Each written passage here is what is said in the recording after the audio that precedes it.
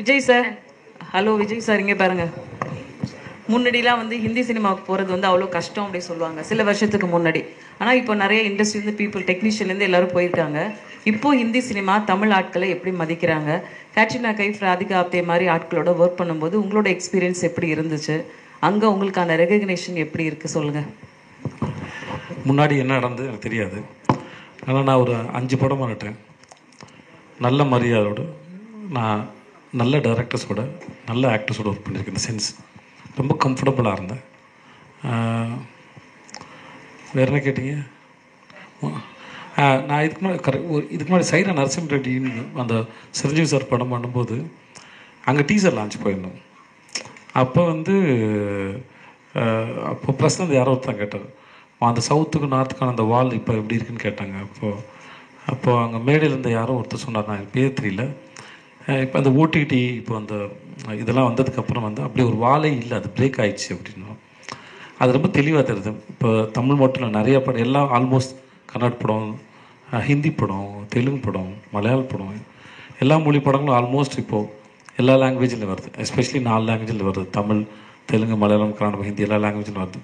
So இப்போ almost ஜனங்களுக்கு அந்த வேலை பார்க்குறவங்களுக்கும் மக்களுக்கும் அந்த வித்தியாசம் இல்லை. படம் நல்லா இருக்கா, சிறப்பாக இருக்கா, பார்க்குறதுக்கு எல்லாம் ரெடியாக இருக்கான்னு நினைக்கிறேன். ஆனால் வெரி குட் டைம் சார். 2 பேரும் ரொம்ப சின்சியரான ஆக்டர். கேட்ரினாவாக இருக்கட்டும், ராதிகா ஆப்தே ரொம்ப சின்சியர். 2 பேரும் அப்ரோச் பண்ணுற விதம் வேறு வேறு இருக்கும். ராதிகா வந்து கொஞ்சம் கூல், ரிலாக்ஸ். கேட்ரினா வந்து ரொம்ப சீரியஸ்.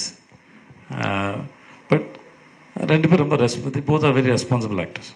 பட் ஒர்க் பண்ணும்போது சரி, நீங்கள் ஐடியா ஷேர் பண்ணும்போது you get a chance to learn more and more. Vijay Sethupathi sir, ஒரே கேள்வி சார். விஜய் சேதுபதி சார், நம்ம 75 வருஷம் நம்மளுடைய கலாச்சாரம், நம்மளுடைய அரசியல் பின்னணி வந்து இந்திக்கு எதிரானது. நம்ம இன்னைக்கும் ஹிந்தி தெரியாது போடா அப்படின்னு டிஷர்ட் போடுவோம். நம்ம அரசியலையும் ஹிந்தி எதிர்ப்பு இது பண்ணிட்டு இருக்கோம். நீங்கள் வந்து இந்த மாதிரி கேள்வி நீங்கள் ஏற்கனவே அமீர் கான் சார் வந்த போது கேட்டிங்கன்னு நினைக்கிறேன்ல. ஆமாம், எல்லா சமயத்தையும் இந்த கேள்வி எதுக்கு இந்த சார், எதுக்கு இந்த கேள்வி? நாங்கள் என்ன கேட்கணும், ஏற்கனவே இந்த கேள்வி படிக்கணுமா வேண்டாமா? நீங்கள் என்ன மாதிரி ஆள்கிட்ட கேட்டு என்ன ஆக போகுது உங்களுக்கு? எதுக்கு இப்போ இந்த கேள்வி? ப்ரெஸ்ஸுக்கு வந்து எதுக்கு இந்த கேள்வி முதல்ல? ஓகே கத்ரீனா, ஒரு நிமிஷம் இருக்கு சார்.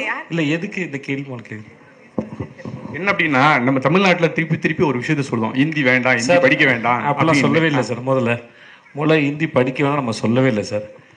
திணிக்க வேணாம் தான் சொன்னோம். 2 வித்தியாசம் இருக்குது சார்.